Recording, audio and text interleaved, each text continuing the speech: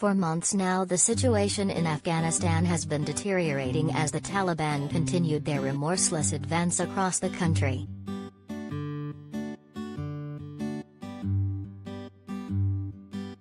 But this weekend it came to a tragic conclusion when they took the capital city Kabul.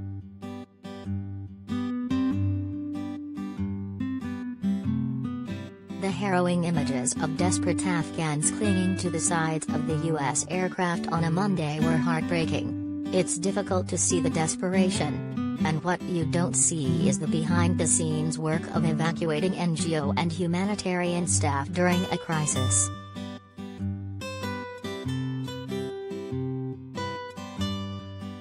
Diversity Travel works with around 2,000 customers who we deal with on a regular basis when they're traveling around the world, whether that's getting them into a conflict zone to provide aid or flying supplies and extra help to humanitarian disaster areas.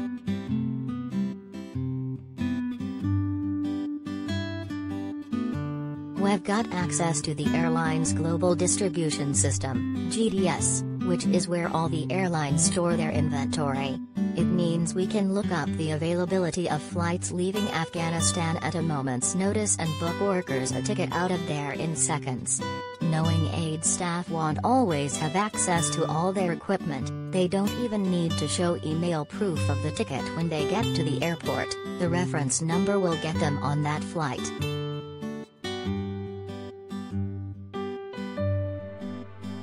Our speciality also means we can hold a seat open for someone who isn't yet sure they can leave the country without having to book it on the spot.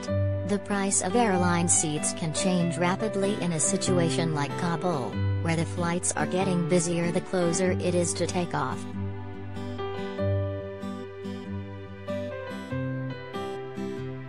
We've also got a long-standing relationship with the UN and the World Food Programme, which allows us access to their emergency flights, in places where scheduled airlines have been unable to reach.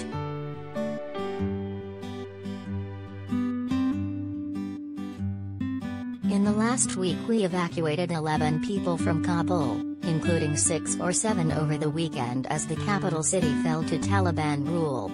Luckily we got them out before the airspace over Afghanistan became a no-fly zone, although there are a handful of customers still out there who decided to hold tight and see how the situation unfolds.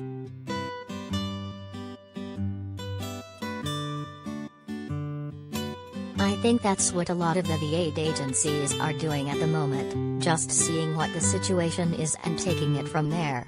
Many of the staff out there are ground staff anyway, so they're trained for this kind of situation. But obviously that still means leaving them behind.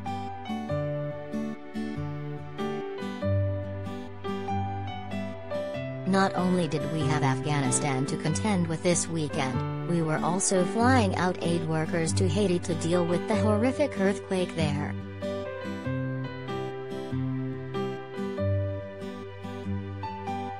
We've worked with some very high-profile customers in the past and helped provide support for some very difficult circumstances.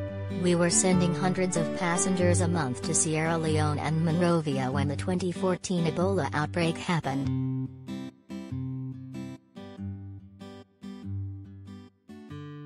For people traveling in very difficult, stressful situations, it makes a huge difference having one of our staff on the end of the phone dealing with their request rather than an anonymous booking system.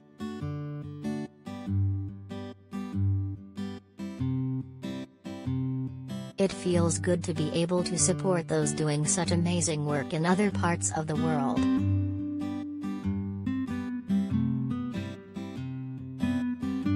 Matthew Truen is the Director of Global Supplier Relations at Diversity Travel.